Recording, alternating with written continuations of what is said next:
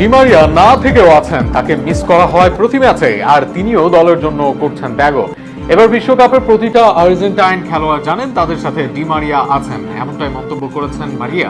তাছাড়া ফাইনালে যাতে কুফা না লাগে সেজন্য নিয়েছেন কঠিন এক সিদ্ধান্ত। ডিমারিয়ার মন্তব্য নিয়ে আরো থাকছে প্রতিবেদন।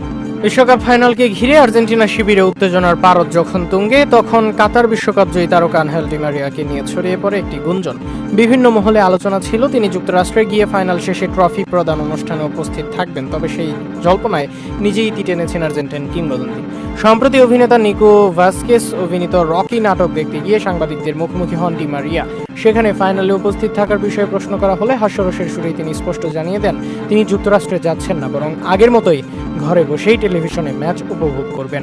এর পেছনে রয়েছে তার ব্যক্তিগত এবং এক বিশ্বাস। ডি মারিয়ার মতে আর্জেন্টিনার ম্যাচে স্টেডিয়ামে উপস্থিত না থাকাই দলের জন্য শুভ, তাই কুসংস্কারের কারণেই তিনি এবারও মাঠে না যাওয়ার সিদ্ধান্ত নিয়েছেন। তার ভাষায়, এতদিন যেভাবে ঘরে বসে খেলা দেখেছেন এবারও সেই নিয়ম ভাঙবেন না তিনি কোনোভাবেই দলের জন্য অপয়া হতে চান না।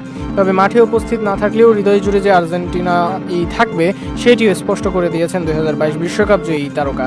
তিনি বলেন, দলের ফুটবলাররা জানেন প্রথম দিন থেকেই তিনি তাদের পাশে আছেন। ফাইনালেও দূর থেকে একইভাবে তাদের সমর্থন জানাবেন এবং শিরোপা জয়ের অপেক্ষায় থাকবেন। 2024 সালে কোপা আমেরিকা জয়ের পর আন্তর্জাতিক ফুটবলকে বিদায় জানান ডি মারিয়া। ফলে এবারের বিশ্বকাপে তাকে দেখা যাচ্ছে না। তার অনুপস্থিতি বিশেষ করে আক্রমণ ভাগের বাম পাশে অনুভব করছে আর্জেন্টিনা। নিজের অবসর নিয়ে কোনো আক্ষেপ নেই বলে জানিয়েছেন তিনি, বরং তার বিশ্বাস সময় মতো সরে দাঁড়ানোর সিদ্ধান্ত নতুন প্রজন্মের জন্য পথ খুলে দিয়েছে।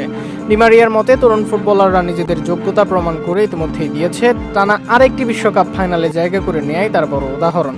বিশেষ করে সেমিফাইনালে দলের পারফরমেন্সে তিনি ভীষণ সন্তুষ্ট এবং মনে করেন এর চেয়ে বেশি কিছু প্রত্যাশা করার সুযোগ নেই। এদিকে ডি মারিয়া ফাইনালে উপস্থিত না থাকায় ট্রফি প্রদান অনুষ্ঠানে আর্জেন্টিনার প্রতিনিধিত্ব কে করবেন তা নিয়েও আলোচনা শুরু হয়েছে। সম্ভাব্য নাম হিসেবে উঠে এসেছে 1978 সালের বিশ্বকাপ জয়ী অধিনায়ক মারিও আলবার্তো কেম্পেস এবং 1986 সালের বিশ্বকাপ জয়ী ডিফেন্ডার অস্কার রোগেরির নাম।